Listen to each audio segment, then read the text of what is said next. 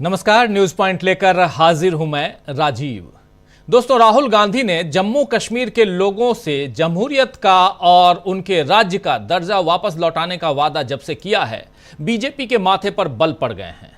राहुल गांधी को जम्मू कश्मीर से लौटे अभी एक दिन भी नहीं बीता है और अभी नेशनल कॉन्फ्रेंस के साथ कांग्रेस की सीट शेयरिंग भी पूरी नहीं हुई है। लेकिन अमित शाह ने पहले ही कांग्रेस पर 10 सवाल दाग दिए हैं, जिनका मकसद साफ तौर पर कांग्रेस को देश विरोधी दिखाना है। शाह ने जम्मू कश्मीर के लिए अलग झंडे वाले नेशनल कॉन्फ्रेंस के दावे से लेकर अनुच्छेद 370, कश्मीर की स्वायत्तता और पाकिस्तान से व्यापार जैसे मुद्दों को लेकर 10 सवाल पूछे हैं।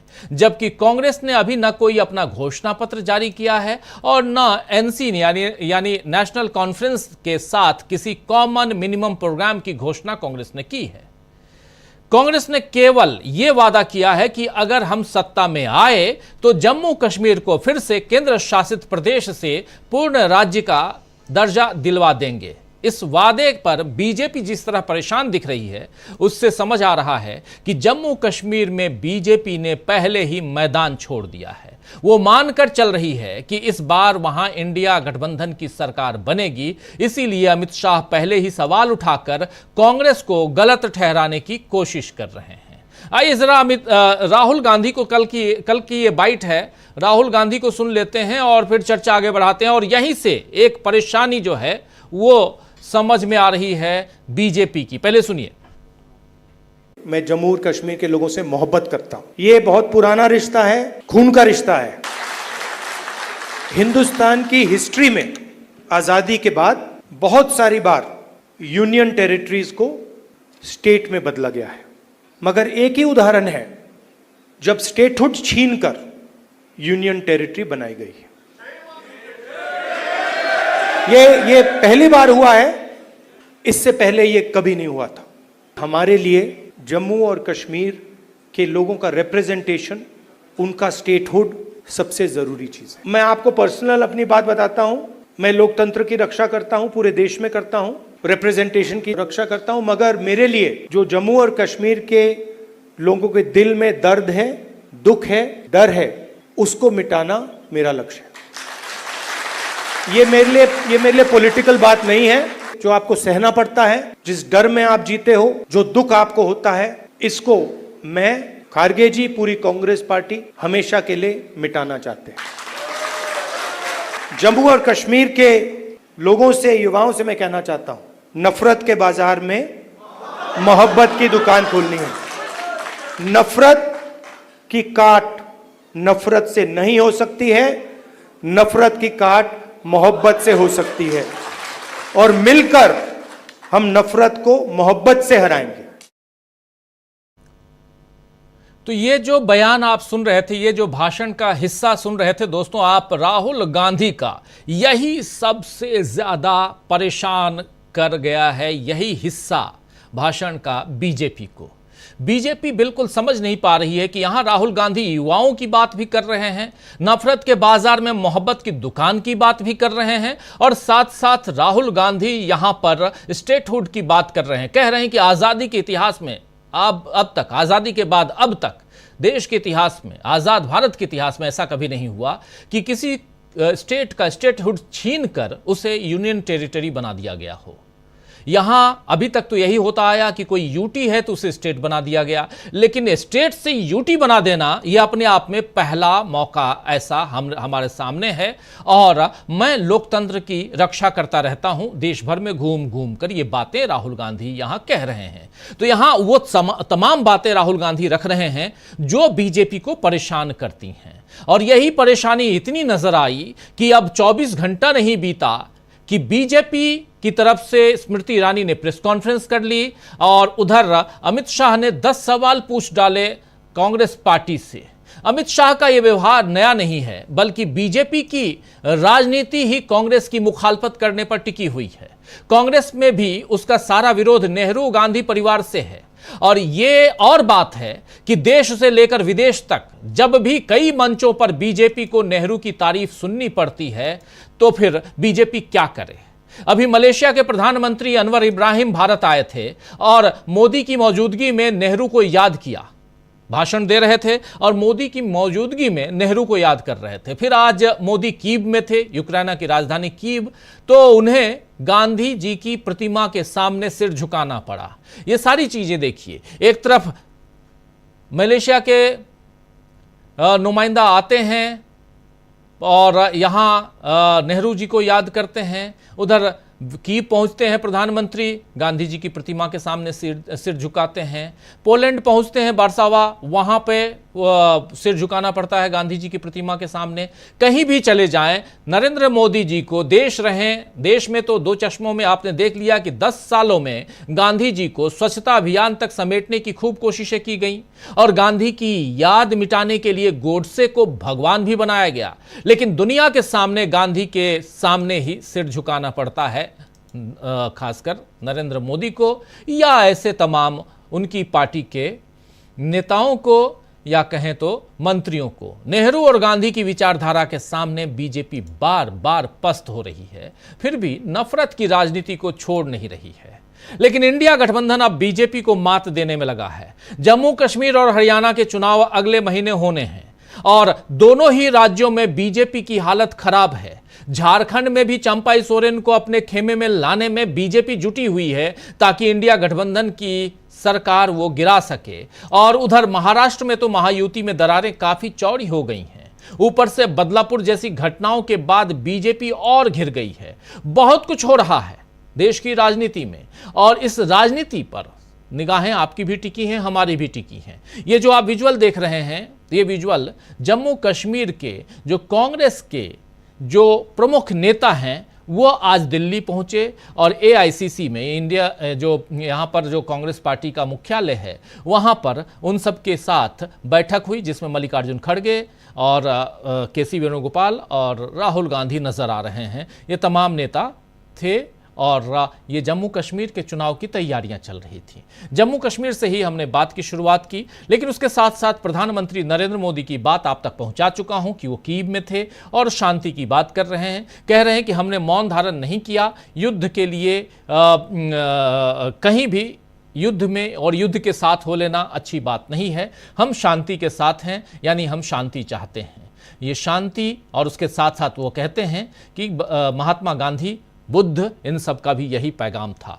गांधी को भी याद करते हैं नरेंद्र मोदी और बुद्ध को भी याद करते हैं कीव पहुंचकर।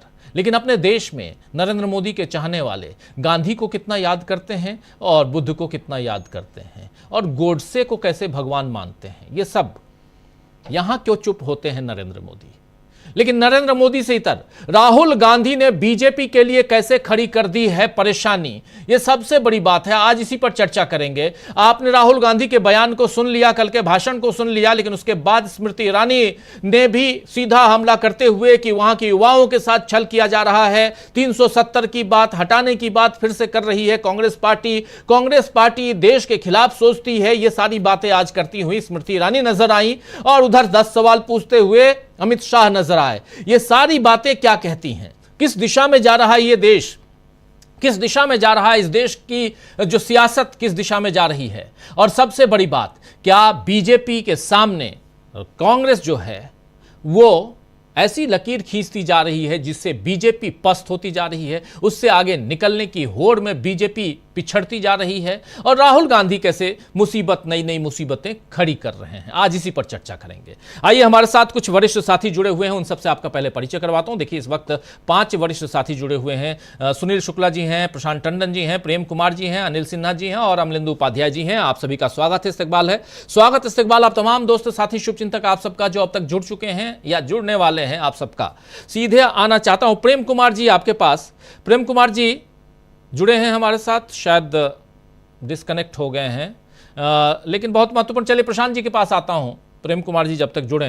प्रशांत जी, कैसे देखते हैं आप ये प्रेम कुमार जी आ गए, चलिए प्रशांत जी 2 मिनट आपको पहले प्रेम कुमार जी के पास आता हूं। प्रेम कुमार जी, सवाल ये है कि यहां राहुल गांधी कल पहुंचते हैं जम्मू कश्मीर और उन्होंने क्या बात कह दी कि हम स्टेटहुड वापस ला के देंगे। इसके बाद बीजेपी इतनी परेशान क्यों हो गई? बीजेपी भी तो कह रही थी कि हाँ, चुनाव करवाने के बाद स्टेटहुड हम वापस कर देंगे। तो फिर ये यहां पर कांग्रेस का ये वादा बीजेपी को इतना परेशान क्यों कर गया और इस वादे का देश की राजनीति पर क्या असर पड़ेगा? शायद ज्यादा असर पड़ेगा, तभी तो दिल्ली में प्रेस कॉन्फ्रेंस किया जा रहा है, तभी तो इधर अमित शाह 10-10 सवाल पूछ रहे हैं। प्रेम कुमार जी। राजीव जी, इस पूरी घटना को, कश्मीर को और कश्मीर में होने वाले चुनाव को एक अलग किस्म से देखने की जरूरत है कि ये चुनाव सरकार अपनी मर्जी से नहीं करा रही है, सुप्रीम कोर्ट के दिए आदेश के मुताबिक करा रही है। सरकार का इरादा ही नहीं था चुनाव कराने का। इसके अलावा जम्मू कश्मीर को जो बाइफरकेट किया गया, ये उनका एक लंबा चौड़ा गेम रहा, वो भी धार्मिक आधार पर। परिसीमन भी हुआ, उसमें भी वो उन्होंने धार्मिक आधार पर डेमोग्राफी को अपने हिसाब से संतुलित करने की कोशिश की। और इन सब प्रयासों के बावजूद आज चुनाव में भारतीय जनता पार्टी के पास कोई ऐसा मुद्दा नहीं है कि वो जम्मू कश्मीर को के सामने रखें, वहां की जनता के सामने, और वोट मांगे। एक फर्जी वाला विकास है जिसको बोलने की जनता के सामने हिम्मत नहीं, क्योंकि वो फर्जी वाला विकास जम्मू कश्मीर से बाहर तो बोल सकते हैं, जम्मू कश्मीर की जनता तो उसको देख रही है कि वो विकास हुआ है कि नहीं हुआ है और कितना हुआ है, तो वो मुद्दा भी वो वहां परोस नहीं सकते। तो बीजेपी इस चुनाव में क्या करेगी? तो बीजेपी इस चुनाव में हार मान चुकी है, चुनाव में हार मान चुकी है। उसके बावजूद भी इसको लड़ते हुए दिखना है। तो लड़ते हुए दिखना है तो क्या करेंगे? तो जम्मू कश्मीर से बाहर के वोटरों को दूसरे चुनावों में कैसे पोलराइज किया जाए, इसके लिए जम्मू कश्मीर का हम इस्तेमाल कर लें। तो वो बीजेपी कांग्रेस का विरोध करते हुए अपना स्कोर करना चाहती है जम्मू कश्मीर से बाहर। यही कारण है, आपने सही कहा कि प्रेस कॉन्फ्रेंस जम्मू कश्मीर में नहीं होकर दिल्ली में होता है। मतलब साफ है कि इनको देश की जनता को कुछ मैसेज देना है, कांग्रेस को बदनाम करना है, कांग्रेस को राष्ट्र विरोधी साबित करना है। ये कहते हैं कि नेशनल कॉन्फ्रेंस से मिल गए, नेशनल कॉन्फ्रेंस का एजेंडा ये है। क्या राहुल गांधी और कांग्रेस पार्टी उस एजेंडे को मानते हैं? ये सवाल कर रहे हैं। देखिए, सवाल वैसे बनता है अगर दोनों के बीच में राजनीतिक समझौते के बाद कोई कॉमन मिनिमम प्रोग्राम नहीं आता है, तो ये सवाल बनेगा कि आखिर दोनों पार्टियां अलग अलग बोल रही हैं, तो जीतने के बाद क्या करेंगे? ये सवाल तो आंध्र प्रदेश में भी बना था ना, जब तेलुगु देशम ने मुसलमान आरक्षण की बात की थी, जो बीजेपी की नीति के खिलाफ है। और बहुत सारी बातें जो अल्पसंख्यकों के लिए टीडीपी का मुद्दा था, एजेंडा था, वो बीजेपी का नहीं था, लेकिन इसके बावजूद वो लोग लड़े। तो ये बात जम्मू कश्मीर में भी आती है। भाई, आपने पीडीपी के साथ में मिलकर सरकार बनाई थी, तो पीडीपी का क्या एजेंडा था? पीडीपी तो जो जम्मू कश्मीर में मिलिटेंट्स मारे जाते थे उनको वो शहीद बोलती थी, और आप आतंकवादी बोलते थे, और फिर भी आप सत्ता में मिल करके थे। उस दौर को कौन याद करेगा? उसको भी याद करना चाहिए। तो ये राजनीतिक रूप से, जब से एक तो बात यह है कि राहुल गांधी का जम्मू और कश्मीर दोनों जगहों पर समान रूप से लोकप्रियता है। ऐसी लोकप्रियता स्टेट लेवल के लीडर्स में भी अब नहीं रह गई है। चाहे कोई भी नेता का नाम ले लीजिए, पीडीपी का ले लीजिए, नेशनल कॉन्फ्रेंस का ले लीजिए, बीजेपी का ले लीजिए, किसी का भी, तो कांग्रेस की प्रेजेंस दोनों जगहों पर है। और कांग्रेस के नेता राहुल गांधी की मतलब लार्जर देन स्टेट बोलिए, वहां पर इमेज बनी हुई है। तो इस इमेज से भारतीय जनता पार्टी को डर लगता है। और ये जो राहुल गांधी का दौरा हुआ, उस दौरे में जो एनर्जी दिखी, उस दौरे में जो इन्होंने स्ट्रैटेजी बनाई कि हमारा अंदरूनी सर्वे कहता है कि हम 45 सीटें जीत रहे हैं, लेकिन हम गठबंधन में चुनाव लड़ेंगे। इसका मतलब है कि थोड़ी बहुत भी अगर कोई उम्मीद बीजेपी के लिए बनती है सत्ता में लौटने की, तो उसको हम पैदा ही नहीं होने देंगे। गठबंधन में चुनाव लड़ेंगे और हम जीत करके आएंगे और सरकार बनाएंगे। ये रणनीतिक तौर पर स्पष्ट करने के बाद बीजेपी की घबराहट बढ़ गई है। तो अब वो नेगेटिव पॉलिटिक्स कर रही है, कोई पॉजिटिव पॉलिटिक्स नहीं कि आप चुनाव के बाद, जीतने के बाद क्या करने वाले हैं, वहां की जनता को क्या सहूलियत देने वाले हैं, रोजगार के कौन से अवसर लाने वाले हैं, कि जो घाव जम्मू कश्मीर को लगा है उस घाव को कैसे दूर करने वाले हैं, ये सारी कोई योजना पॉजिटिव उनके पास है नहीं। तब वो क्या कह रहे हैं कि नेगेटिव कैंपेनिंग कर रहे हैं कि कांग्रेस ऐसी थी, कांग्रेस नेशनल कॉन्फ्रेंस ऐसी थी, ये दोनों का गठजोड़ खतरनाक है। ये नेगेटिव कैंपेन करके वास्तव में भारतीय जनता पार्टी अपनी हार को कबूल कर रही है, और इससे जो फायदा वो ये धार्मिक आधार पर हिंदू मुस्लिम करके जो फायदा वो उठाने की उसकी प्रवृत्ति रही है, वो प्रवृत्ति ही उनको दिखता है कि आग जला करके जो कुछ राख से भी कुछ उठा लो, वो चाहते हैं। जी बिल्कुल बिल्कुल, एक अलग तरह की प्रवृत्ति, अलग तरह की राजनीति यहां पर दिखाते हुए बीजेपी की तरफ से। लेकिन राहुल गांधी ने कल आखिर कह क्या दिया था कि उसके बाद से आज 24 घंटे बाद बीजेपी हमलावर हो गई है। प्रशांत टंडन जी, जरा आपके पास भी आना चाहता हूं, आपसे भी समझना चाहता हूं कि यहां पर जम्मू कश्मीर में आखिर क्या छेड़ दिया राहुल गांधी। सिर्फ यही तो कह रहे हैं, वही बात तो कह रहे हैं जिसका वादा बीजेपी भी करती आई है। 370 हटाने की बात कहती रही पहले, और 370 की कुछ धाराओं को, कुछ प्रावधानों को हटाया उसके बाद, क्योंकि 370 हटा नहीं है, डिलीट नहीं, ओमिट नहीं है, तो इसलिए भी। लेकिन दूसरा महत्वपूर्ण पहलू जो है स्टेटहुड का है। राहुल गांधी ने जो ये बात स्टेटहुड की कही, वो बात इतनी नागवार क्यों गुजर गई? उसके साथ साथ 370 को वापस लाएंगे की बात भी सामने रखकर क्या राहुल गांधी ने यहां कहीं ना कहीं दुखती रग पर हाथ रख दिया है? क्या चुनाव जो अभी, जिस चुनाव में अभी बीजेपी ने अपने कैंडिडेट्स उतारे नहीं हैं, उससे पहले ही बीजेपी यहां खुद को बैकफुट पर नजर आ रही है? क्या कुछ दिखाई देता है आपको यहां पे? राजीव जी, पहली बात तो ये कि 20 जून को, जहां तक मुझे याद आ रहा है, प्रधानमंत्री मोदी श्रीनगर गए थे, और स्टेटहुड की बात मोदी जी ने श्रीनगर में की थी। ये राहुल गांधी अकेले ये बात नहीं कर रहे हैं, और अमित शाह को प्रेस कॉन्फ्रेंस करके ये कहना चाहिए कि हम स्टेटहुड नहीं देंगे। अगर उनका यही राहुल गांधी में विरोध है तो ये कहकर दिखाएं कि स्टेटहुड नहीं देंगे जी। ये वो कह नहीं सकते। देखिए, मामला क्या है कि जम्मू कश्मीर के चुनाव की निगाह पूरी दुनिया की निगाहों पर है। पूरी दुनिया इस चुनाव को देख रही है, और वहां पे अगर कांग्रेस और नेशनल कॉन्फ्रेंस चुनाव जीत कर आते हैं तो अंतर्राष्ट्रीय भद पिटेगी मोदी साहब की। क्या आपने 370 भी हटाया और ये भी कहा कि ये राज्य के भलाई के लिए किया गया है, लेकिन वहां के लोगों ने इसको रिजेक्ट कर दिया। प्रेम कुमार जी की बात बिल्कुल ठीक है कि हरियाणा में या दूसरे जगह के चुनावों में वो कश्मीर को इस्तेमाल करना चाहते हैं। ये 370 से कश्मीर में चुनाव नहीं जीत सकते।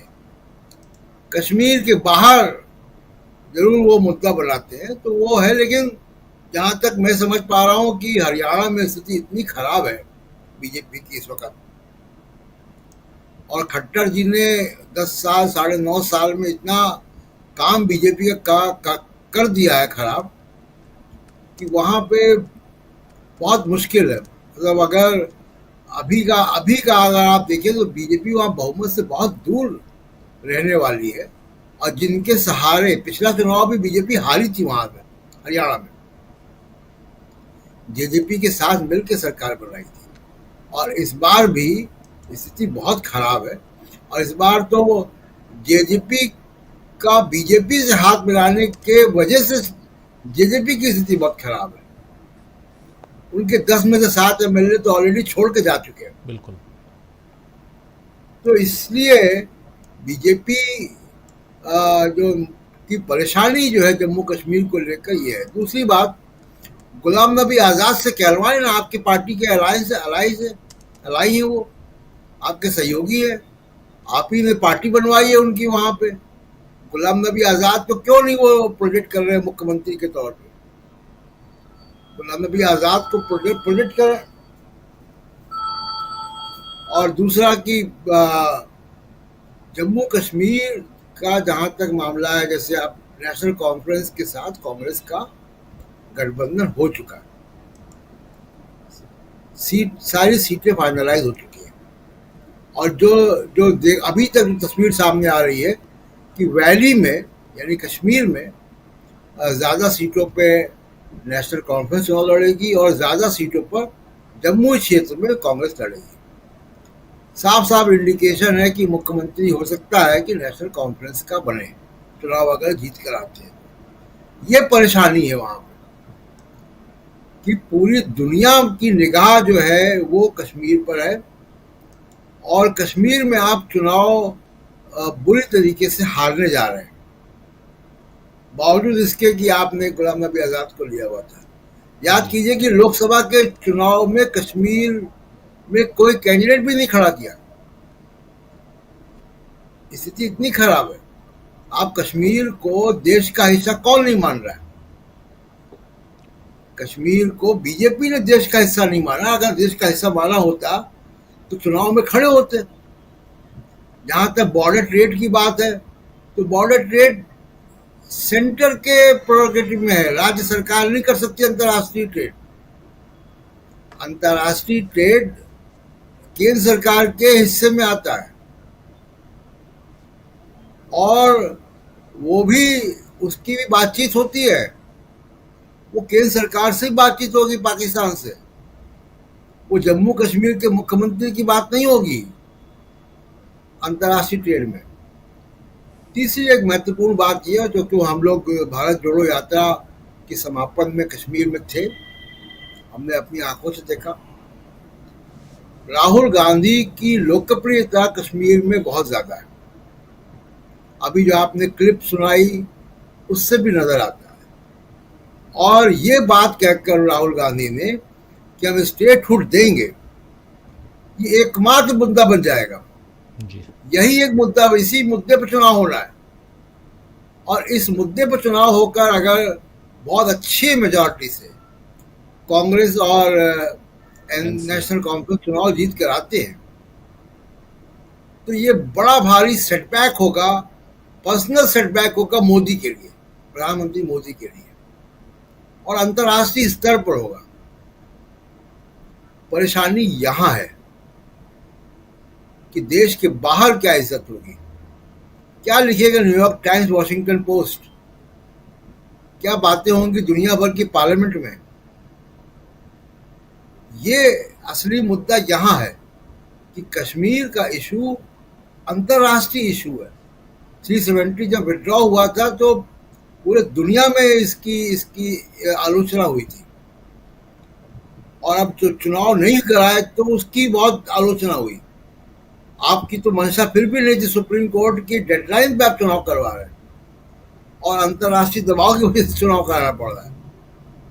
तो अगर चुनाव होते हैं, नेशनल कॉन्फ्रेंस चुनाव हो ही रहे हैं, नेशनल कॉन्फ्रेंस और कांग्रेस वहां भारी बहुमत से जीत कर आती है और एकमात्र मुद्दे पर जीत कर आती है, स्टेटहुड के मुद्दे पर, और वहां की असेंबली स्टेटहुड का प्रपोजल जो है वो पास करके भेजती है, तो मोदी साहब के लिए ये फिर एक बहुत बड़ी परेशानी की बात होगी, बहुत डिलेमा होगा कि क्या करें, क्योंकि मोदी साहब खुद 20 जून को श्रीनगर में स्टेटहुड की बात करके आए हैं। ये उनको भूलना नहीं चाहिए राजीव जी। जी बिल्कुल बिल्कुल। 20 जून को नरेंद्र मोदी वहाँ श्रीनगर में थे और वहाँ स्टेटहुड की बात, उससे पहले भी बीजेपी ये बात कहती रही, लेकिन चुनाव कैसे करवा रही है इसका आप भी जानते हैं। चुनाव जो हो रहा है वहाँ पे ये सुप्रीम कोर्ट के आदेश पर हो रहा है, वरना पिछले 5 साल से चुनाव नहीं हुए। ऐसे 10 साल बाद चुनाव हो रहे हैं, जो अब तक एक बार चुनाव हो जाना चाहिए था 2019 में, 2019 में चुनाव होना था, 2018 में विधानसभा भंग कर दी गई, 2019 में आर्टिकल 370 हटाया गया, स्टेटहुड छीन लिया गया और उसके बाद की कहानी आप सब जानते हैं। अब जब चुनाव हो रहे हैं तो चुनाव के बाद और उसी वक्त जब चुनावी तैयारियों, अपने कार्यकर्ताओं में एक जोश भरने के लिए जब राहुल गांधी खड़गे जी पहुंचते हैं तो वहां पर ये बातें निकल के आती हैं। स्टेटहुड की बात जिसको भी आप सुन रहे थे, राहुल गांधी ने साफ साफ कह दिया कि हमने आजाद भारत में ऐसा कभी नहीं देखा कि किसी स्टेट को डिमोट कर दिया गया हो प्रमोट करने की जगह। स्टेटहुड का दर्जा छीनकर उसे यूटी बना दिया गया हो, यह पहला राज्य ऐसा है, और उसे 2 भाग में बांट भी दिया गया हो। स्टेट्स बंटते रहे हैं, मध्य प्रदेश बंट गया, छत्तीसगढ़ बन गया, बिहार बंट गया, झारखंड बन गया, उत्तर प्रदेश बंट गया, उत्तराखंड बन गया, ऐसे होता रहा है। उधर आप देख लीजिए तेलंगाना निकल आया आंध्र प्रदेश से। स्टेट्स बदलते रहे, बंटते रहे, लेकिन स्टेट का दर्जा अगर नीचे कर दिया जाए तो यह पहली बार हुआ। और यही बात यहां पर एक बहुत महत्वपूर्ण कड़ी जो है चुनावी वादों में जुड़ जाती है, जब कांग्रेस पार्टी और उधर नेशनल कॉन्फ्रेंस ये लोग कहते हैं कि हमारी सरकार आई तो हम स्टेटहुड का दर्जा बहाल करेंगे। क्या यहां से इस पूरी राजनीति में, सियासत में ट्विस्ट है? क्या यहां से बीजेपी परेशान होती हुई नजर आती है, इसीलिए अमित शाह हमलावर होते हैं, इसीलिए प्रेस कॉन्फ्रेंस करना पड़ता है स्मृति ईरानी को? ये सारी चीजें क्या कहती हैं? इसके आगे की राजनीति क्या है, रणनीति क्या है? सुनील शुक्ला जी। धन्यवाद राजेश जी। दरअसल जम्मू कश्मीर में जो भारतीय जनता पार्टी का नैरेटिव था, कांग्रेस ने और राहुल गांधी ने सब नैरेटिव को खत्म कर दिया। चुनाव बीजेपी अपने मन से नहीं करा रही है, वो सुप्रीम कोर्ट करवा रहा है। परिसीमन का काम, वोटर लिस्ट को अपडेट करने का काम, सब काम करने के बावजूद भी आप चुनाव कराने के लिए तैयार नहीं हुए, और विधानसभा चुनाव का चुनाव भी आप लोकसभा चुनाव के साथ नहीं करवा पाए। गोया कि जो आपका कानून व्यवस्था बेहतर होने, हिंसा को रोकने, घुसपैठ को रोकने और लोगों की नाराजगी दूर होने का जो आप दावा कर रहे थे, वो भी खोखला साबित हुआ। राज्य का दर्जा बहाल करने का आश्वासन केंद्रीय गृह मंत्री ने संसद में दिया था, कोई समय सीमा उसकी नहीं निर्धारित की और साफ साफ कोई आश्वासन देकर उस राज्य के नागरिकों को नहीं दिया। कांग्रेस उससे आगे बढ़ करके कही कि हमारे इलेक्शन का एजेंडा यही है, राज्य की बहाली।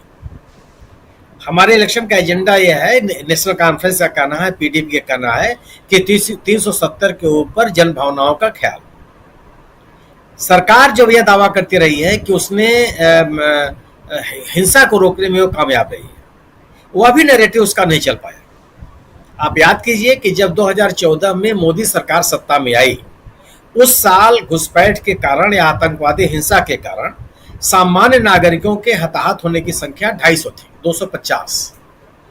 आज जब हम और आप बहस कर रहे हैं, हम आप और आप इस विषय की चर्चा कर रहे हैं, तो यह संख्या अगस्त तक ही 600 से ऊपर चली गई है। अगर आप यह बात करते हैं कि 370 खत्म होने, लेफ्टिनेंट गवर्नर का राज होने, राज्य का दर्जा खत्म होने के बाद आपने आतंकवादी घटनाओं पर रोक लगाई या और उनके कारण से सशस्त्र बलों के लोगों के हताहत होने की संख्या घट गई, वो भी नहीं हुआ।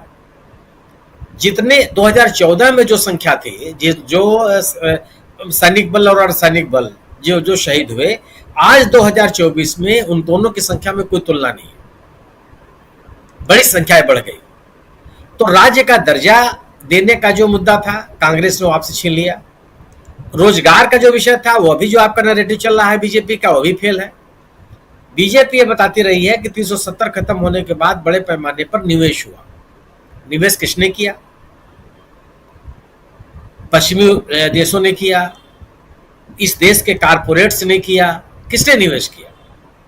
जो निवेश अभी तक आए वो भी पश्चिम एशिया के देश है, और भी कोई बहुत बड़ी संख्या में नहीं आए, बहुत बड़ी मात्रा में नहीं है।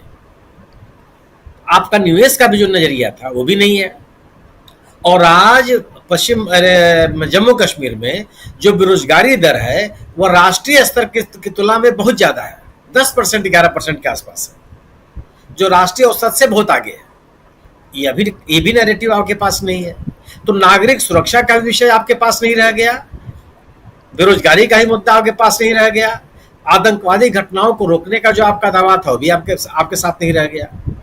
अब आप दावा करते हैं अपने पक्ष में कि हमारे कानून व्यवस्था बेहतर होने से पर्यटकों की संख्या बहुत बेहतर हुई है। इस पर्यटकों की संख्या का उस नैरेटिव को मजबूत करने के लिए आप आंकड़ों के साथ खिलवाड़ क्या करते हैं कि जो वैष्णो देवी तीर्थ यात्रा करने वाले जाते हैं लोग, वो भी पर्यटकों की संख्या में गिन लिए जाते हैं, जो पहले नहीं होता था। जो अमरनाथ के तीर्थ यात्री हैं उनको भी आप पर्यटकों की संख्या में गिन लेते हैं, जो पहले नहीं होता था। तो कानून व्यवस्था बेहतर करके पर्यटन को बढ़ावा देने और रोजगार के अवसर सृजित करने और आर्थिक व्यवस्था बेहतर होने का जो आपका नैरेटिव था वो भी कांग्रेस से खत्म कर दिया, क्योंकि आप गलत तथ्य लोगों के सामने रख रहे हैं। अब आपने कोशिश की कि जो परिसीमन में जहां सबसे कम जनसंख्या माने 48% पॉपुलेशन रहती है जम्मू एरिया में, 42%, वहां जो सीटों की संख्या वो आपने 48% कर दिया, और जो जनसंख्या रहती है घाटी में 58%, वहां आपने सीटों की संख्या कम कर दी 47%। पहले ये एसीओ 55 और 45 का था, जो आपने 7 सीटें बढ़ाई, उन 7 सीटों में से 6 सीटें आपने जम्मू को दे दी, 1 सीट आपने घाटी को दिया।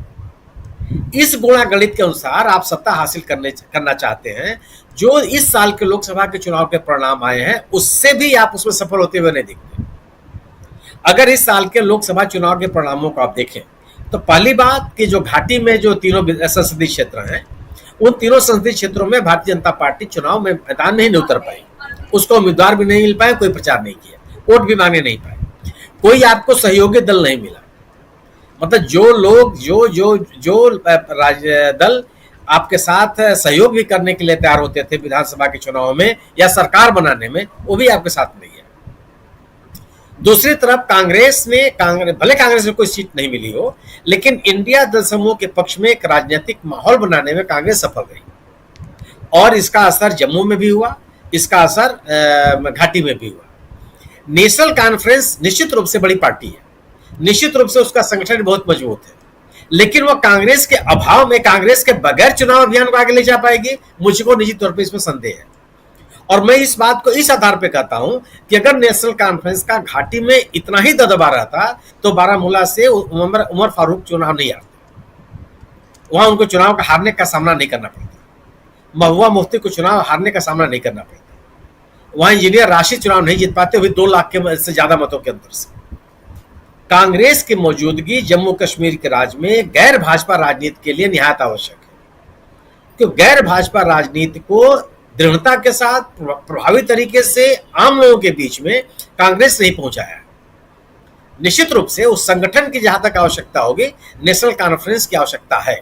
नेशनल कॉन्फ्रेंस से करीब इस लोकसभा के चुनाव में सर्वाधिक मत प्रतिशत आप देखेंगे तो नेशनल कॉन्फ्रेंस को मिली है।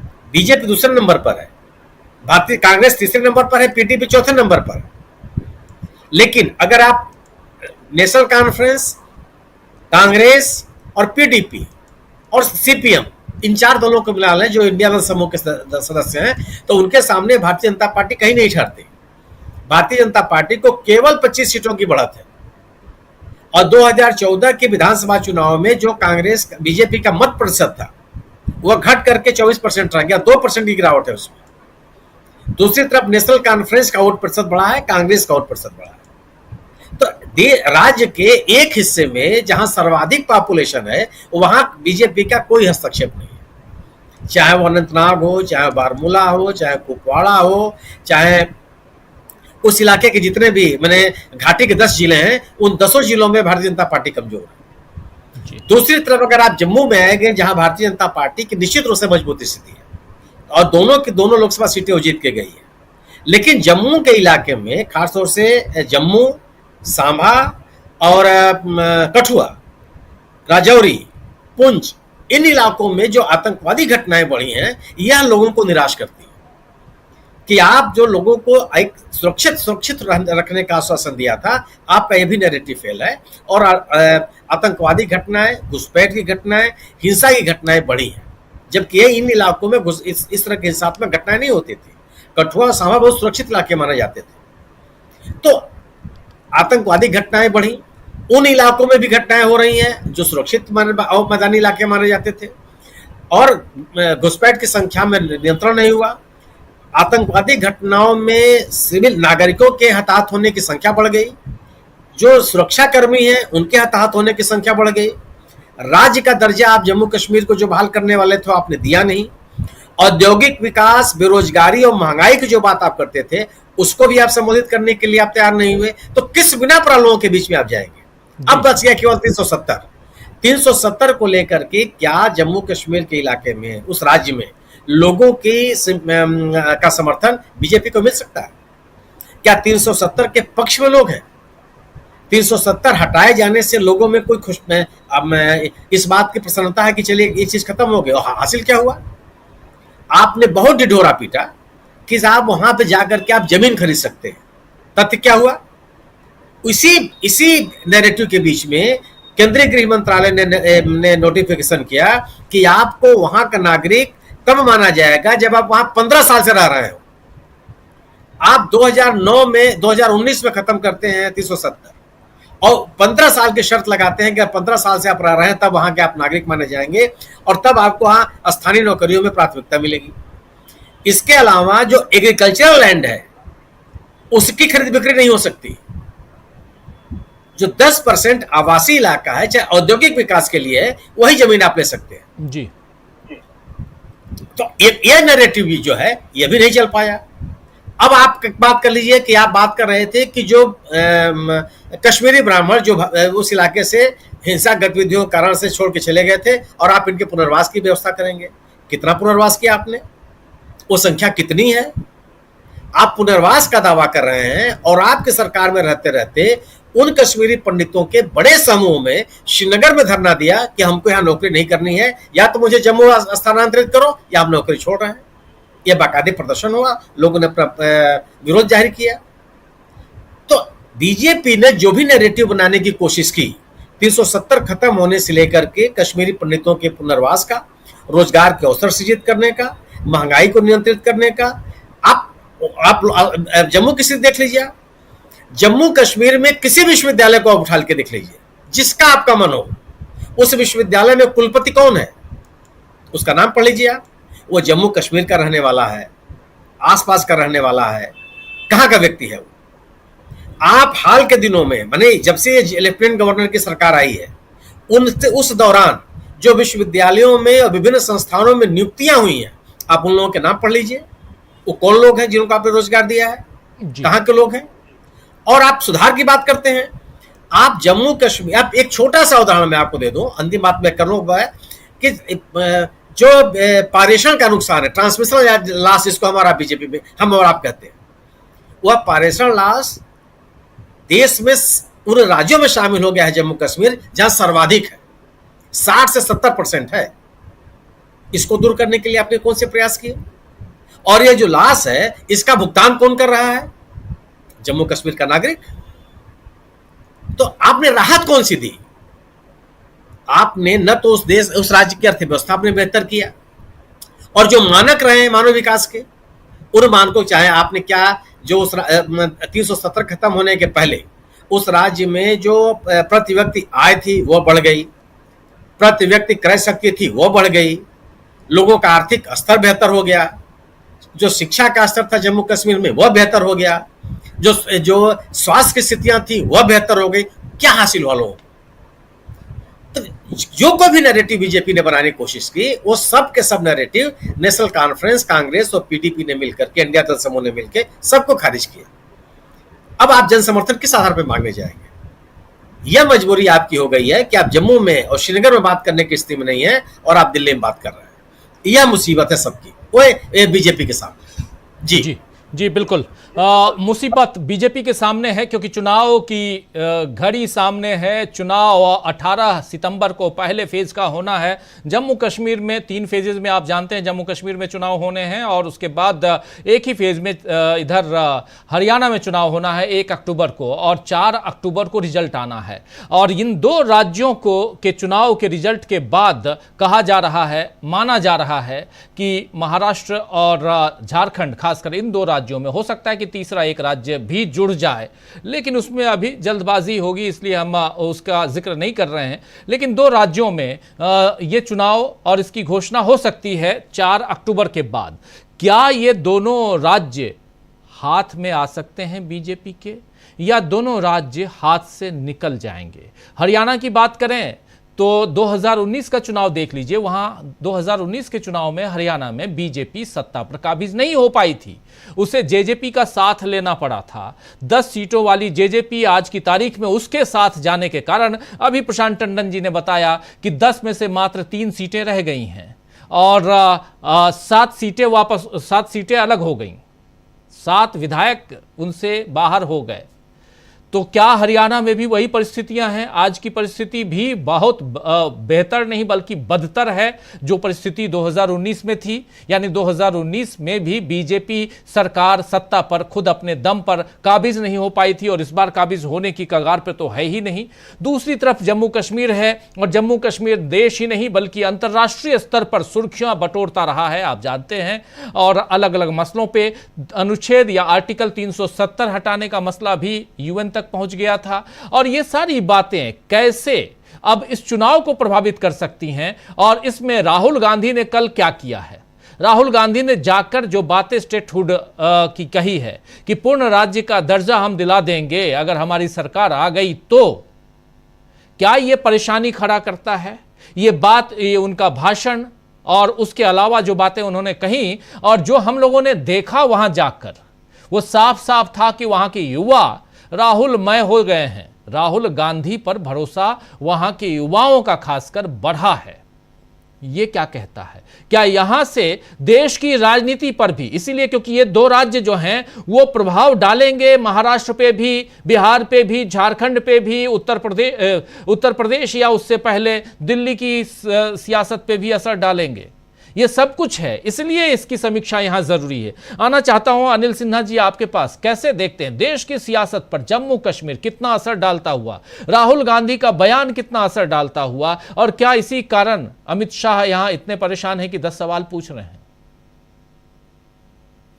लेकिन उसका वो मतलब उसके हिसाब से जो एक्ट करना चाहिए वो उनमें है नहीं। देखिए ना, बीजेपी एक बात है जो हम लोग कहने में हिचकते हैं, चूंकि रूलिंग पार्टी है, इतने पुराने समय की पार्टी है। बीजेपी के पास देश को या किसी राज्य को ऑफर करने के लिए कोई चीज नहीं है, कुछ भी नहीं है। अब वहां देखिए दिल्ली में जो 10 सवाल पूछे, अब 10 सवाल जरा देखना चाहिए। 10 सवाल पूछे हैं, उसमें वो पूछ रहे हैं कि आप उनको क्या मतलब जो टेररिज्म वापस लाएंगे। अब बताइए कि कांग्रेस पर आरोप लगा रहे हैं कि टेररिज्म वापस लाना है, उस पर वो नैरेटिव बना रहे हैं ये कि आप जो वो फ्लैग वो लाएंगे वापस।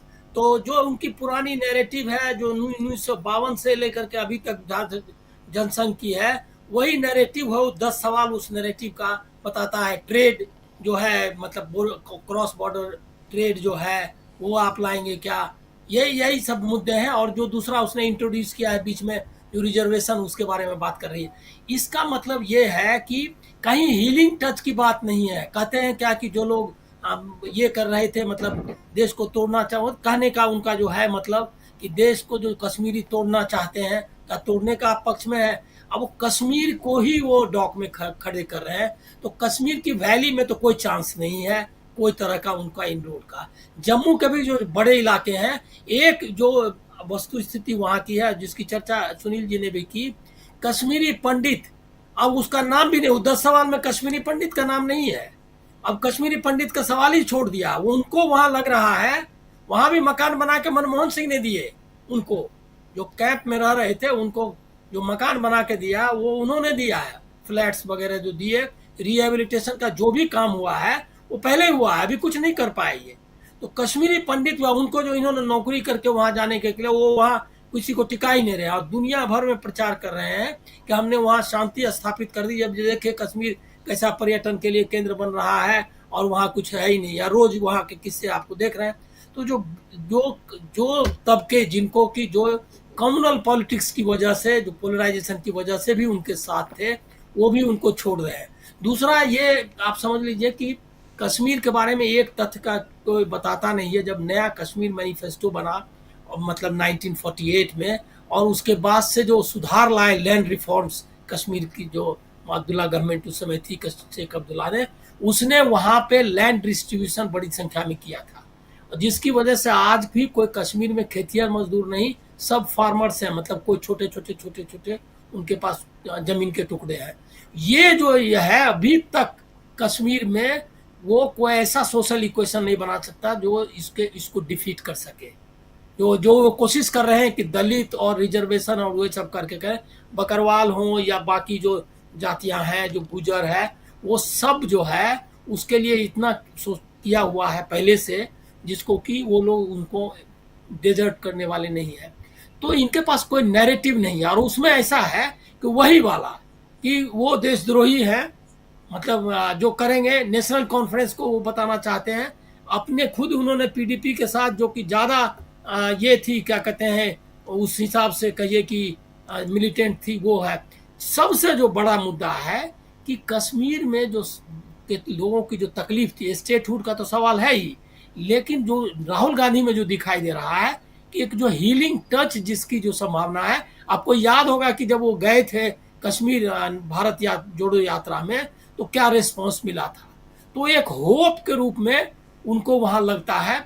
और कश्मीर के जो लोग हैं उन्होंने क्या झेला है, ये जब 370 खत्म हुआ, इंटरनेट नहीं, क्या क्या है तकलीफें, जरा उनके बारे में उनसे पूछिए तो आपको पता चलेगा। वो सारी तकलीफ है उसको वो लाएंगे इसमें। इसीलिए सही सुनील जी ने कि वहां पर कांग्रेस और राहुल गांधी के बगैर कोई इक्वेशन नहीं बन सकता, क्योंकि वहां नया जो लोग यूथ आया है, या जो लोग जो तकलीफ को इतना देखा है, उसको वही लग रहा है कि यही शख्स जो है हमको दिला सकता है इन तकलीफों से निजात।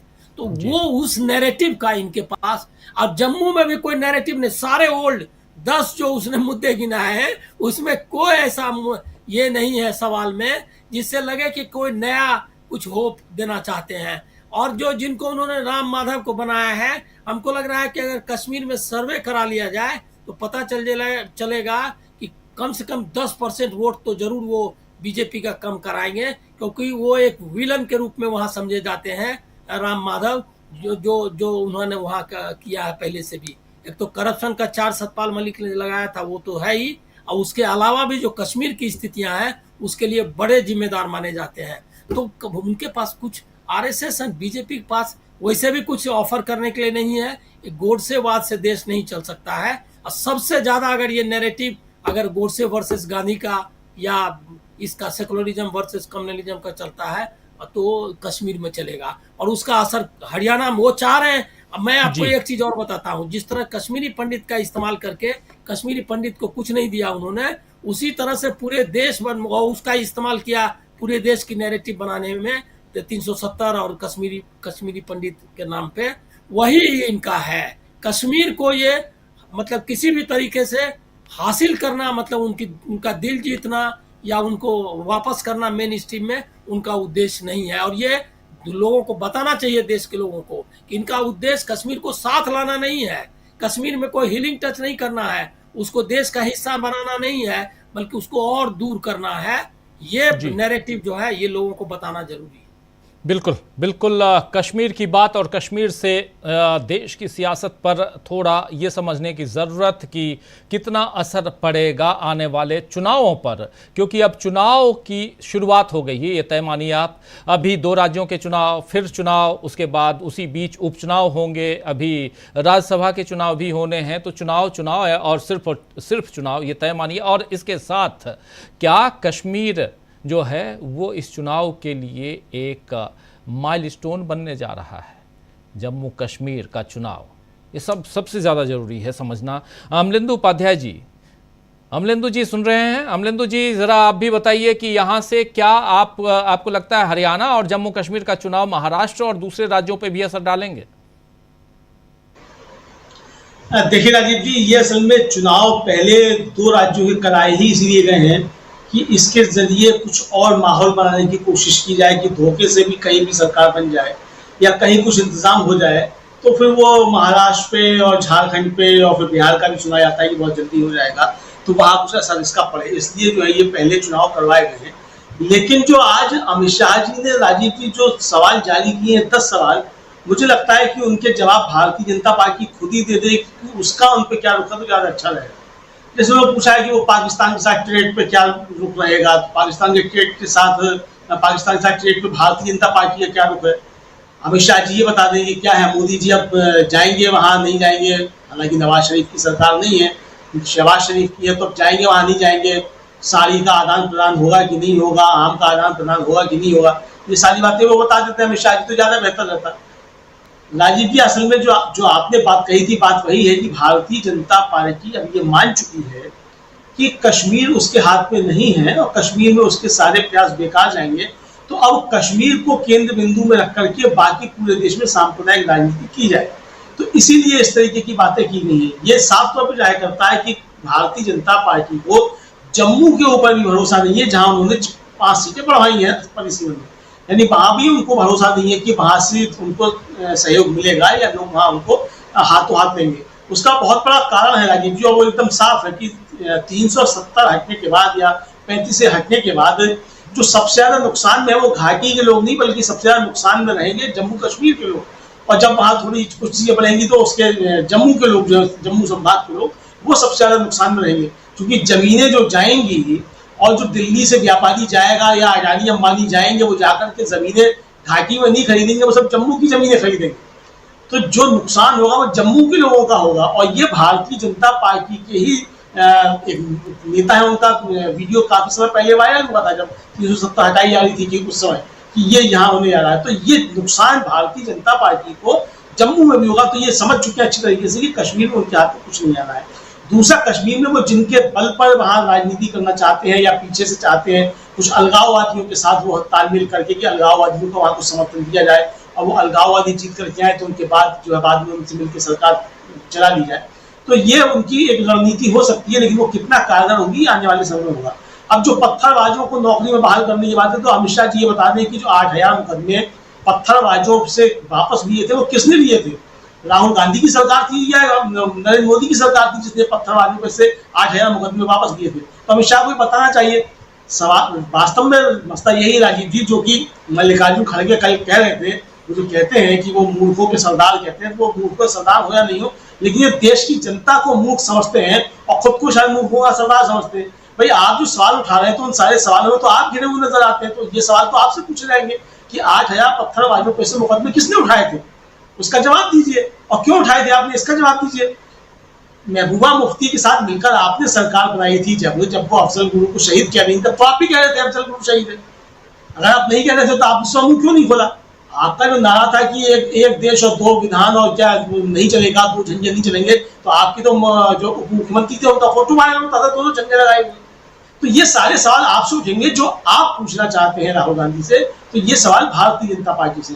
कुल मिलाकर राजीव जी मुझको लगता है वो यही है कि भारतीय जनता पार्टी अच्छी तरीके से समझ चुकी है कि हरियाणा भी उसके हाथ में नहीं आ रहा है, कश्मीर हाथ से निकला हुआ है, तो इसके बहाने कम से कम हरियाणा में या और जहां उनका मतदाता जो है कम से कम वो उनके साथ रहे, भारतीय जनता पार्टी के साथ रहे बाकी राज्यों में, ताकि शर्मनाक हार जो है बाकी विधानसभाओं में वो होने से रुक जाए। कुल मिलाकर भारतीय जनता पार्टी की राजनीति मुझको इतनी सी समझ में आ रही है। जी बिल्कुल। प्रेम कुमार जी ज़रा ये बताइए कि नरेंद्र मोदी इस वक्त विदेश के दौरे पे पोलैंड गए, उसके बाद यूक्रेन गए, और यहाँ यूक्रेन और पोलैंड की यात्रा उससे पहले भी, अभी आगे भी ये जाने वाले हैं। इन सब का इस चुनाव पे, इस पर भी कुछ असर पड़ता हुआ दिखाई देता है क्या?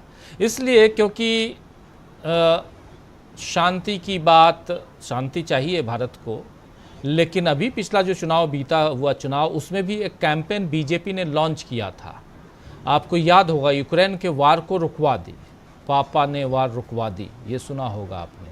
हालांकि ये उल्टा पड़ गया था और इस कैंपेन को वापस लेना पड़ा था। लेकिन अब इस वक्त जबकि देश में चुनाव है, मोदी जी का उन राज्यों में शायद बीजेपी के कार्यकर्ता इंतज़ार कर रहे होंगे, लेकिन इस वक्त विदेश जाना, इसलिए मैं समझना चाहता हूं कि क्या इसका इसके तार इन विधानसभा चुनावों से जोड़े जा सकते हैं? क्या बीजेपी को इन यात्राओं का फायदा होने वाला है या होता आया है? क्या कुछ दिखाई देता है इन यात्राओं से, नरेंद्र मोदी की विदेश यात्राओं से देश की राजनीति, उसमें भी बीजेपी की राजनीति पर कितना असर पड़ता हुआ देखते हैं आप? जी जी, देखिए राजीव जी, ये कोशिश तो हो ही रही है ये बताने की कि जो अब तक नहीं हुआ वो नरेंद्र मोदी ने कर दिखाया। युद्ध चल रहा है और युद्धरत राष्ट्र के बीच नरेंद्र मोदी ट्रेन से पहुंच गए हैं और भारत के पहले प्रधानमंत्री हैं जो वहां पहुंचे हैं। इस पूरी चीज को इसी तरीके से दिखाया जा रहा है। पर जो बयान जारी हुआ है दोनों की तरफ से, जेलेंस्की और नरेंद्र मोदी जी की तरफ से, उसको अगर पूरा हम पढ़ते हैं, मेरे ख्याल से 32 पॉइंट हैं उस पूरे बयान में, लेकिन उस बयान में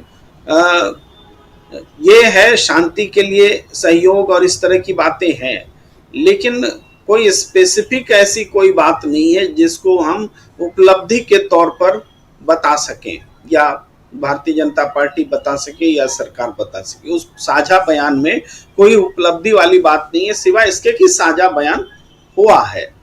अब यात्राएं तो नरेंद्र मोदी जी ने बहुत की हैं, किसी भी प्रधानमंत्री के मुकाबले सबसे ज्यादा की हैं।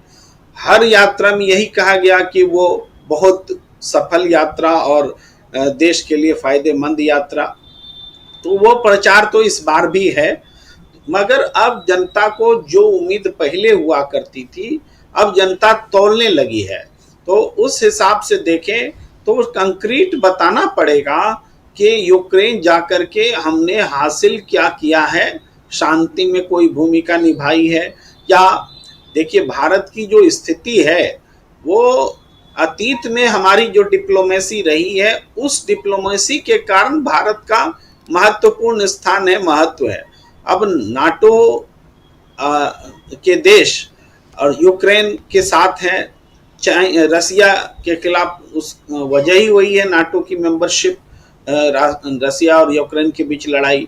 लेकिन रूस और चीन के बीच नजदीकी, इसके समांतर यूक्रेन और नाटो का एक साथ खड़ा होना।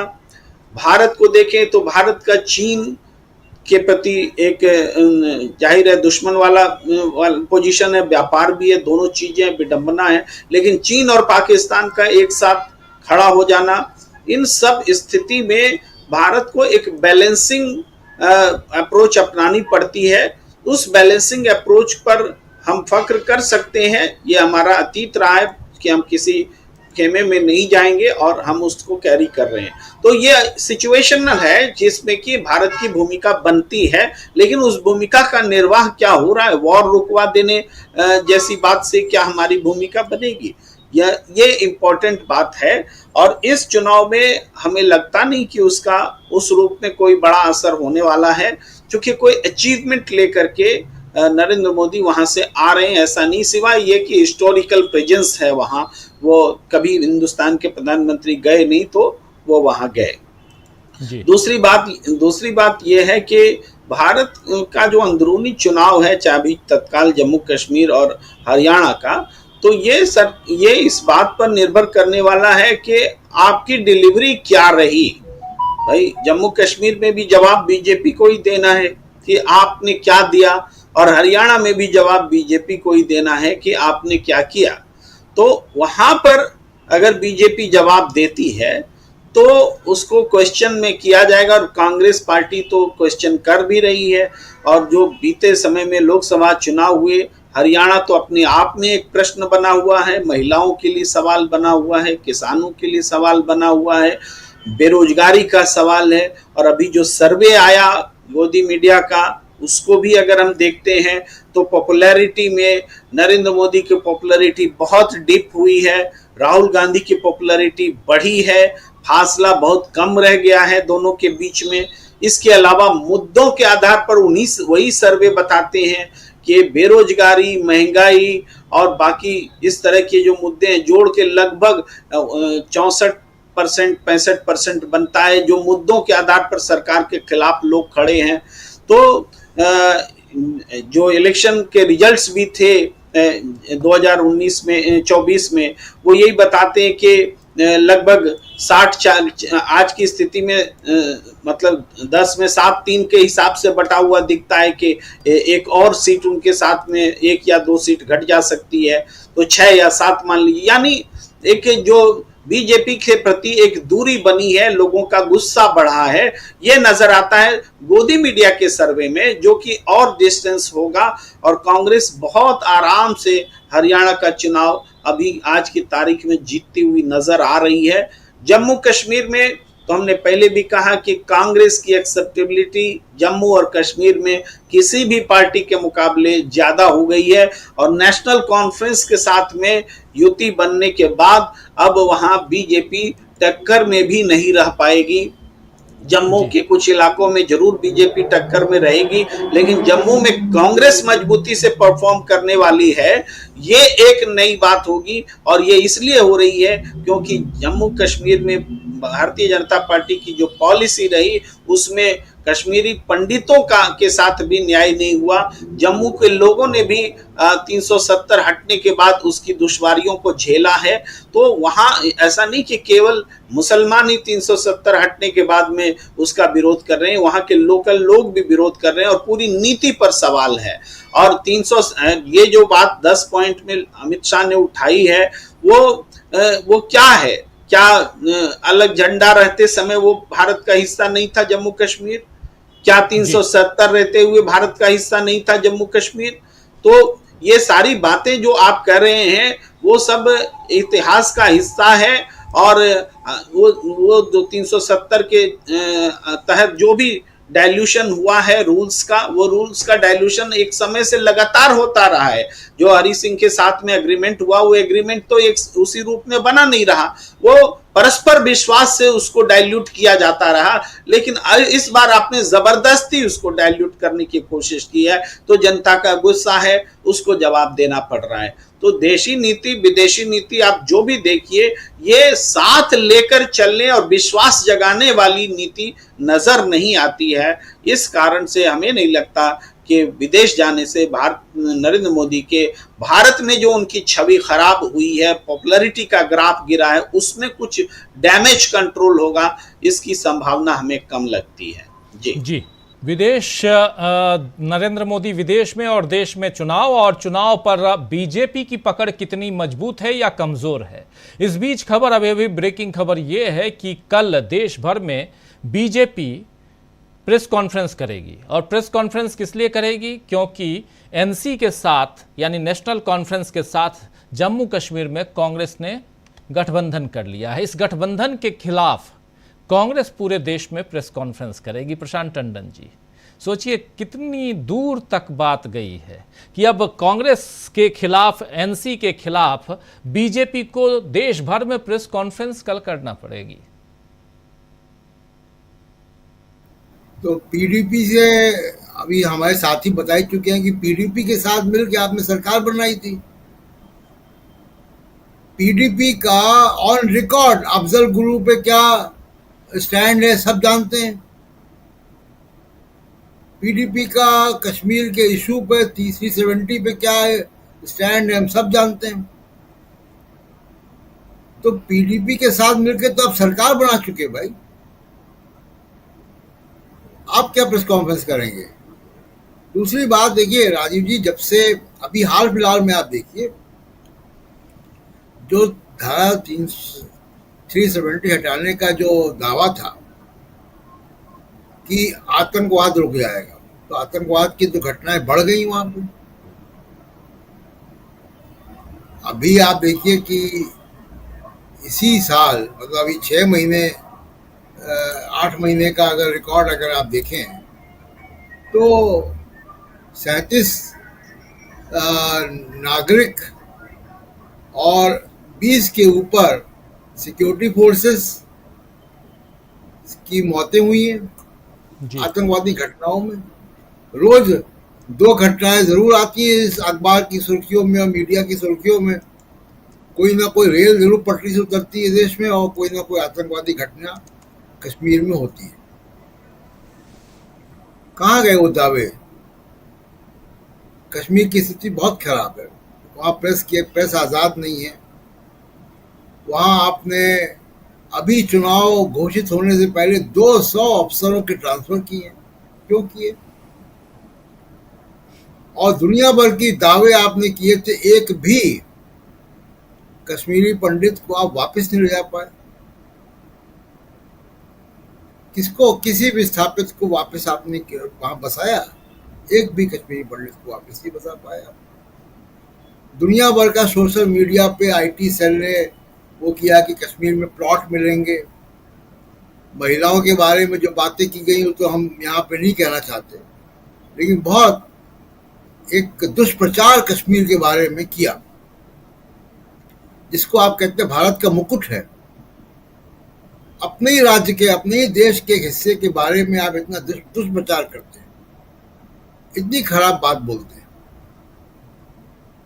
कि मानो कि कश्मीरी होना ही आतंकवादी है। नेशनल कॉन्फ्रेंस का तो ट्रैक रिकॉर्ड रहा है, वो सरकारों में रहे, वो कश्मीर का एक्सेशन जब भारत में हुआ तो शेख अब्दुल्ला का बड़ा रोल था, बल्कि उल्टा रोल तो महाराजा हरि सिंह का था। मैं उतनी इतिहास में नहीं जाना चाहता हूँ, लेकिन कश्मीर के लोगों के प्रति इतना असंवेदनशील था कि अगर वहाँ पे एक चुनी हुई सरकार बनने की संभावना दिख रही है, वहाँ राजनीति वापस लौट रही है, तो आपको परेशानी इस बात से क्यों कश्मीर के लोगों का हक चुनी हुई सरकार के लिए नहीं है? आप ही चलिए चुनी हुई सरकार गुलाम नबी आजाद को बना दीजिए मुख्यमंत्री कैंडिडेट। कश्मीर के लोगों का हक है, संवैधानिक अधिकार है कि उनके पास भी चुनी हुई सरकार हो। उसके खिलाफ आप प्रेस कॉन्फ्रेंस कर रहे हैं कि कश्मीर के लोगों को ये हक ना मिले कि उनके पास चुनी हुई सरकार हो। वो गवर्नर, लेफ्टिनेंट गवर्नर रूल में ही रहे। चुनाव के ठीक पहले लेफ्टिनेंट गवर्नर की भी तमाम सारी शक्तियां बढ़ा दी गई हैं। वो सब आगे डिबेट होगा, लेकिन ये देश हित में नहीं है इस तरीके का नैरेटिव खड़ा करना कि आप हरियाणा का चुनाव जीतने के लिए एक देश के हिस्से का जो लोकतांत्रिक अधिकार है उसको छीनने की काम कर रहे हो। ये बहुत असंवेदनशील है। कितनी सीटें बढ़ जाएंगी आपकी हरियाणा में इस वजह से? चुनाव जाइए, वहां प्रेस कॉन्फ्रेंस कीजिए, रैलियां कीजिए, चुनाव में पार्टिसिपेट कीजिए। बिल्कुल। गुलाम नबी आजाद को आगे आगे रखिए, कौन रोक रहा है आपको? गुलाम नबी आजाद को बुलवा लीजिए, दिल्ली बुलाइए, उनसे चर्चा कीजिए। चश्मा भी ठीक करा सकते हैं, दिल्ली में चश्मे ठीक होते हैं। तो बहुत सारी संभावनाएं हैं, लेकिन आप अगर एक नकारात्मक राजनीति करना चाहते हैं देश में, तो नकारात्मक राजनीति को तो 4 जून को इस देश ने जवाब दे दिया। अब वो आपकी आदत पड़ गई है कि वो आपको संगीत लग रहा है, आपको बार बार ऐसा चीजें सुनाई पड़नी है, तो आप कीजिए ये सब चीजें। लेकिन ये ठीक नहीं है, लोकतांत्रिक परिपाटी के हिसाब से ठीक नहीं है, एक मजबूत लोकतांत्रिक परंपरा के हिसाब से ठीक नहीं है कि आप एक राज्य के खिलाफ खड़े हो गए। आपका अगर विपक्ष प्रतिरोध करिए, विपक्षी पार्टियों कीजिए, उनकी नीतियों पे कीजिए। अगर राहुल गांधी ने ये कहा है कि वो स्टेट छूट देंगे, तो आप प्रेस कॉन्फ्रेंस करिए, रैलियां कीजिए श्रीनगर में जाके और कहिए कि हम राहुल गांधी का विरोध करते हैं और स्टेट छूट नहीं देंगे। राजनीति कीजिए ना आप। जी राजीव जी बिल्कुल, राजनीति कीजिए। और राजनीति के इस अभी तो उसकी शुरुआत फिर से हो चुकी है। लोकसभा चुनाव के बाद से फिर से विधानसभा चुनाव की बारी अब है और लगातार चुनाव होंगे, जो बार बार मैं कह रहा हूं। लेकिन चूंकि कश्मीर का मसला 2 दिन के लिए राहुल गांधी और मल्लिकार्जुन खड़गे गए, जम्मू भी गए और श्रीनगर भी गए, और उसके बाद वो कल ही शाम को लौट के आए हैं। और आज दिल्ली में जो बवाल मचा हुआ है वो बीजेपी की तरफ से मचा हुआ है, और उसमें बहुत सारी बातें क्या नैरेटिव को बिल्कुल चेंज कर दिया है। कल के भाषण ने कश्मीर को लेकर, जम्मू कश्मीर को लेकर बीजेपी जो नैरेटिव सेट करने की कोशिश कर रही थी सुनील शुक्ला जी, उस नैरेटिव को राहुल गांधी के भाषण ने चेंज कर दिया। और राहुल गांधी के भाषण ने और उसके बाद एनसी के साथ, नेशनल कॉन्फ्रेंस के साथ समझौते ने पूरा का पूरा बैकफुट पे ला दिया बीजेपी को। इसलिए अब बीजेपी कल देश भर में देशव्यापी प्रेस कॉन्फ्रेंस करेगी और इस गठबंधन के खिलाफ करेगी। बहुत सही कह रहे थे प्रशांत टंडन जी की, तब ये भी पूछिए कि पीडीपी के साथ आपने सरकार क्यों बनाई, पीडीपी का कश्मीर के मामले में कब क्या रुख रहा है, ये बेहतर, बीजेपी से बेहतर और हम आप जैसे लोगों या कश्मीर पर रुचि रखने वाले लोगों से बेहतर और कौन जानेगा। लेकिन फिर भी बीजेपी के साथ आप, बीजेपी और पीडीपी की सरकार बनी थी, बहुत कुछ है। लेकिन सबसे बड़ा सवाल यही सुनील शुक्ला जी आपसे कि क्या राहुल गांधी ने उस नैरेटिव को सेट कर दिया, अपनी नैरेटिव, जो जहां पे नफरत के बाजार में मोहब्बत की दुकान, स्टेटहुड की बात, और इसके कारण यहां पर बीजेपी पिछड़ी हुई या बीजेपी यहां से परेशान नजर आ रही है, क्या यहां से फिर वही बोलूंगा कि आने वाले चुनाव पर भी असर पड़ता हुआ दिखाई देता है? जम्मू कश्मीर के नागरिकों में जो चुनाव के मुद्दे हैं, राहुल गांधी ने उसी को प्रकट किया। जम्मू कश्मीर का नागरिक स्टेटहुड को लेकर के उसकी पहली प्राथमिकता, बाकी चीजें गौण है। उसके सामने समस्या यह है कि एक उनकी चुनी हुई सरकार चाहिए, एक ऐसी सरकार चाहिए जिनमें उनका प्रतिनिधित्व हो, राजनीतिक निर्णय में स्थानीय नागरिकों की भूमिका। यह सबसे बड़ा सवाल है। भारतीय जनता पार्टी कैटेगोरिकली, स्पष्ट रूप से इस विषय पर कुछ भी नहीं बोल रही है। राहुल गांधी ने इस मुद्दे को एकदम साफ साफ और इंडिया दल समूह के वचनबद्धता के रूप में रख दिया। अगर Bharatiya Janata party national conference और कांग्रेस के गठबंधन पे उसको आपत्ति है, तो भारतीय जनता पार्टी कल अपने प्रेस कॉन्फ्रेंस में यह क्या कह सकती है कि वह किसी भी दशा में पीडीपी और नेशनल कॉन्फ्रेंस के साथ कोई समझौता नहीं करेगी, सरकार बने या न बने। वो एक कह सकती है कि इन दोनों दलों के साथ उसका समान दूरी रहेगी, कोई समझौता नहीं करेगी इनके साथ। वो क्या कह सकती है कि सज्जाद लोन साहब के साथ जो कश्मीर विकास पार्टी है उसके साथ उनका कोई तालमेल नहीं होगा। अगर ये कह दे तो निश्चित रूप से पॉलिटिकल नैरेटिव बदलेगा। आपने किन कारणों से पीडीपी के साथ सरकार बनाई, और लंबे समय तक के लिए भी नहीं थी कि 2-4 दिन के लिए सरकार चली हो। जिस पीडी, अगर आप ये सवाल पूछ रहे हैं कि क्या कांग्रेस नेशनल कॉन्फ्रेंस के 2 झंडे की नीति के साथ है कि नहीं है, आरक्षण की नीति के साथ है कि नहीं है, अब जो स्टोन पेल्टिंग के मामले में गिरफ्तार किए गए थे उनकी नौकरी बहाल करने के साथ है कि नहीं है, तो आप ये बता दीजिए ना कि पीडीपी जिन मुद्दों के साथ है उन मुद्दों के साथ आप कैसे रहे थे। पीडीपी के साथ भी तो मुद्दे थे, पीडीपी तो बीजेपी के एजेंडे के साथ कभी नहीं थी, उसका तो एकदम साफ साफ रवैया था। पीडीपी भी पाकिस्तान के साथ बातचीत करने की पक्षता रही थी, क्यों चले गए आप? और क्या अगर आप पीडीपी के साथ संबंध निर्वाह कर सकते हैं, आज तो नेशनल कॉन्फ्रेंस नहीं कर रही है। नेशनल कॉन्फ्रेंस की सरकार और कांग्रेस की सरकार, मिली जुली सरकारें 2002 तक उस राज्य में रही हैं। कौन 15 अगस्त 26 जनवरी पर कौन सा झंडा फहराया जाता था वहां? कौन सा संविधान लागू हुआ? कौन सी आईपीसी सीआरपीसी लागू हुई? सवाल यह है ना कि आपके नैरेटिव बदलने से नहीं बदल जाएगी। वहां का नागरिक यह महसूस कर रहा है कि लेफ्टिनेंट गवर्नर की सरकार उस राज्य के लिए कितनी मुफीद रही है और चुनी हुई सरकारें किस तरह की मुफीद रही हैं। आज जो इंडिया दल समूह पॉलिटिकल एजेंडा तैयार कर रहा है वह कितना उस राज्य के हित में है, और बीजेपी जिन मुद्दों की बात कर रही है वो कितना हित में है। सवाल इस बात का है, आज उस राज्य के लोगों की प्राथमिकताएं क्या है कि मेरा राज्य की बहाली हो जाए, हमारे चुने हुए प्रतिनिधि हो जाए, हमारी जो बेरोजगारी और महंगाई का सवाल है वो एड्रेस कर दिए जाए, जो मानव विकास के इंडेक्स हैं जो पहले हमारे राज्य की उपलब्धि थी वो और बहाल कर दी जाए। इसके बाद तो बीजेपी कर नहीं रही है। अगर कांग्रेस जिन मुद्दों की बात कर रही है आप उस मुद्दों की बात कीजिए कि उन मुद्दों पे आपका रवैया क्या है। आप ये बताइए कि स्टेटहुड की बात कांग्रेस कर रही है, आप क्या चाहते हैं? और स्टेटहुड का अगर वो तो आश्वासन दे रही है, आप तो करने की स्थिति में है। दोनों में कोई तुलना तो है नहीं। आप सरकार में हैं, आप कल स्टेटहुड बहाल कर सकते हैं। सदन का एक विशेष सत्र बुलाइए कि जम्मू कश्मीर को हम एक पूर्ण राज्य का दर्जा देते हैं। उसके भी आप ये तो कर नहीं रहे हैं, उसके विपरीत क्या कर रहे हैं कि चुनी हुई सरकार काम न करने पावे, आपने लेफ्टिनेंट गवर्नर की ताकत बढ़ा दिया, पूरे शासन में उसके हस्तक्षेप को बढ़ा दिया। तो क्या कोई भी राज्य, उस राज्य का नागरिक अपनी चुनी हुई सरकार के खिलाफ बन रहे किसी वातावरण के साथ खड़ा हो सकता है? बिल्कुल नहीं खड़ा हो सकता। उसकी पहली प्राथमिकता यह होती है कि हम हमारे चुने हुए प्रतिनिधि सत्ता में आए जो उनके प्रति जवाबदेह हो।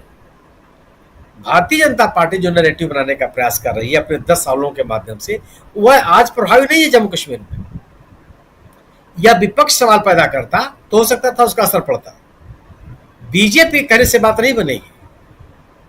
आज बीजेपी की सालों साल, महीनों महीनों लोग वहां बिना इंटरनेट के रहे हैं। कौन सा शासन आपने दे दिया? अगर आपने गवर्नेंस की बात नहीं की, वहां के लोगों के लोकतांत्रिक अधिकारों की बात आपने नहीं की, वहां का जो विकास का मुद्दा था उसकी आप बात नहीं कर रहे हैं, राजनीतिक प्रक्रिया में वहां के लोगों की भागीदारी की आप बात नहीं कर रहे हैं, वहां के संस्थाओं को, जो स्थानीय निकाय की संस्थाएं हैं उनको मजबूत करने की आप बात नहीं कर रहे हैं, तो आपके 370 के नैरेटिव से लोग मान जाएंगे, जम्मू कश्मीर का नागरिक मान जाएगा? जी बिल्कुल। सवाल ही नहीं पैदा होता। जो नैरेटिव कांग्रेस ने खड़े किए हैं या जो नैरेटिव इंडिया ब्लॉक ने खड़े किए हैं, बेचैनी क्यों है? जब बेचैनी यह हुई कि अभी नेशनल कॉन्फ्रेंस ने बयान दिया कि वो अकेले चुनाव लड़ेगी, बीजेपी के बल्ले बल्ले हो गए। कल फारूक अब्दुल्ला ने कहा कि हम मिलकर चुनाव लड़ेंगे। कल फारूक अब्दुल्ला ने कहा कि आने वाले दिनों में पीटीपी के साथ क्या हमारी स्थिति बनेगी वो भी साफ हो जाएगी, लेकिन हम इंडिया ब्लॉक समूह के साथ हैं। तो ये जो मिली जुली ताकत बीजेपी के सामने आई, वो आज भारतीय जनता पार्टी के लिए चुनौती होगी। बिल्कुल। क्योंकि अपने आप को जो वो जम्मू के इलाके में अपने आप को सुरक्षित महसूस कर रही थी, वो भी स्थितियां नहीं है। घाटी में तो आप है नहीं, और जम्मू क्षेत्र में आपके सामने चुनौती होगी। कांग्रेस की चुनौती प्रमुख है और उसके साथ उस राज्य के जो दल हैं उनके साथ खड़े हो गए। फिर आप कहां जाएंगे? किन मुद्दों के साथ लोगों के बीच में आप जाएंगे? अगर आप लोगों के द्वारा उठाए गए सवालों के साथ आप नहीं खड़े हैं तो फिर आपकी स्थिति बेहतर नहीं हो सकती है। उन चुनौतियों का सामना आप नहीं कर सकते। जी बिल्कुल बिल्कुल। बहुत सारी बातें हैं और इन सब के बीच आखिर क्यों चुनौतियां यहाँ फेस कर रही है बीजेपी? क्यों यहाँ चुनौतियों का अंबार लग गया है बीजेपी के सामने कि उसे अब 10 सवाल पूछने पड़ रहे हैं? आने वाले समय में अभी बहुत कुछ आना बाकी है। अनिल सिन्हा जी, क्या अभी इस चुनाव में और अमित शाह या बीजेपी कल देश भर में कश्मीर को लेकर, जो बार बार मैं बात कर रहा हूँ, देखिए कश्मीर को लेकर आप कश्मीर में प्रेस कॉन्फ्रेंस करते तो बात होती, लेकिन देश भर में अगर बात कर रहे हैं तो इसका मतलब है कि आप जो 370 आर्टिकल 370 को जिस ढंग से भुनाना चाहते थे, जो लोकसभा के चुनाव में नहीं भुना पाए, आने वाले समय में उस बांटो और राज करो की रणनीति पर, राजनीति पर, सियासत पर आप अगले चुनावों में जाना चाहते हैं, अगले विधानसभा के चुनावों में जाना चाहते हैं, ये माना जाए?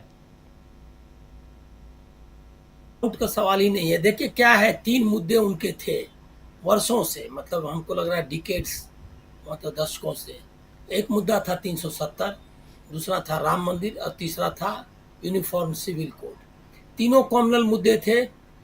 दो मुद्दे उन्होंने निपटा दिए। यूनिफॉर्म सिविल कोड का भी कई तरीके से वो कहाँ स्टेट्स वगैरह में, और एक बार किया भी तलाक कानून का। तो वो उस चक्कर में वो 3 पोलराइजिंग मुद्दे उन्होंने बहुत लंबे समय तक उसको खरगोश की तरह पाला, खूब बढ़िया से उसका लालन पालन करके, लेकिन उससे उनका काम चल नहीं रहा है। देखिए 370 तो अब फिर एक बार टेस्ट पे आ गया, उसका काफ़ी नैरेटिव का इस्तेमाल किया उन्होंने 2000 मतलब उसके बाद के इलेक्शंस में, बाकी जगह तो वो, लेकिन कितना इफेक्टिव रह गया है वो। फिर आपका चुनाव आएगा, कम से कम एक चुनाव तो पता चल ही जाएगा। हरियाणा में उनका कुछ नहीं बनने वाला है इसके नाम पर। और दूसरा एक जो नैरेटिव थी राम मंदिर वाला, वो आप देख ही चुके हैं कि अयोध्या में जीत करके दूसरा आ गया। अब अभी 10 चुनाव के लिए भी वहाँ बुलडोजर चला रहे हैं। देखिए इमेजिनेशन जो लेवल है बीजेपी का, वो जा नहीं पा रहा है।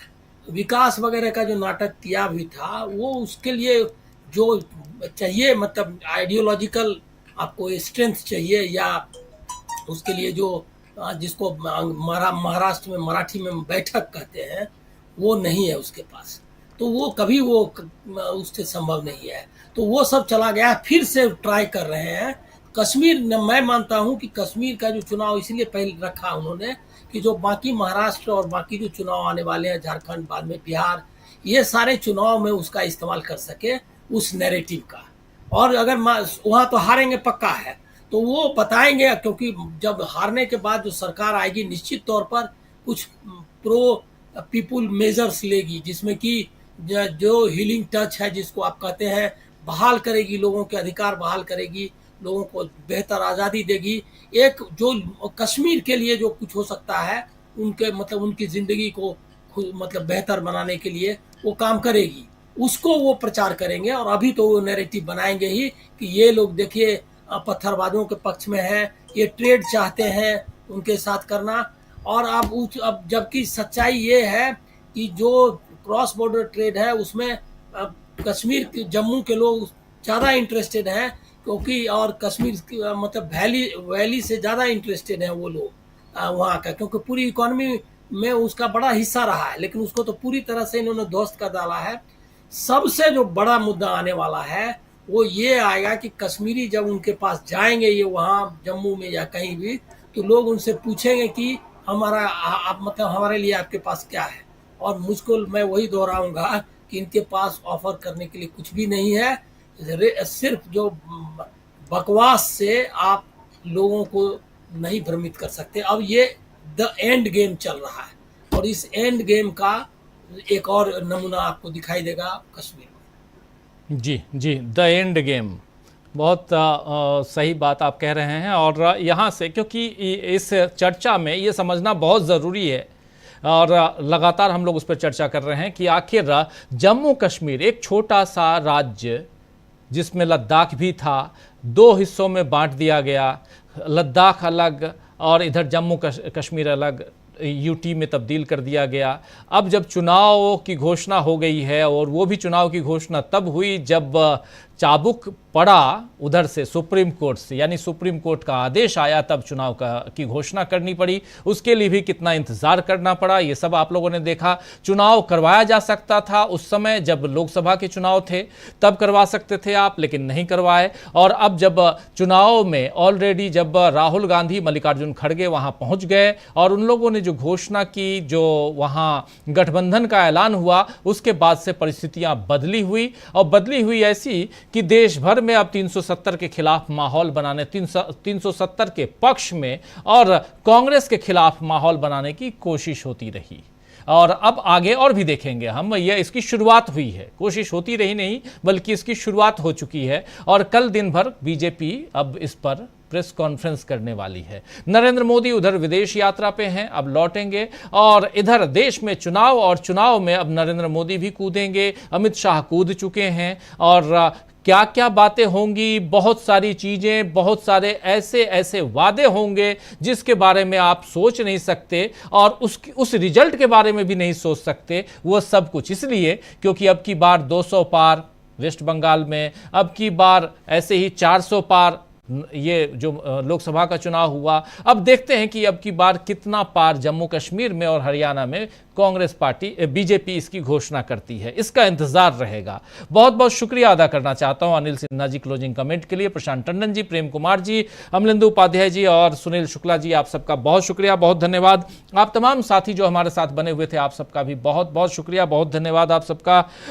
तानिया कन्नौजिया हमारे साथ हैं, ऑलवेज सच की आवाज़, डीबी लाइव, और विजय पगाड़े जी हैं हमारे साथ में, गिलबर्ट नन्होरा साहब हैं हमारे साथ में, चौधरी बॉय हमारे साथ बने हुए हैं। मैं ईश्वर की शपथ लेता हूं कि आज से बीजेपी का वोटर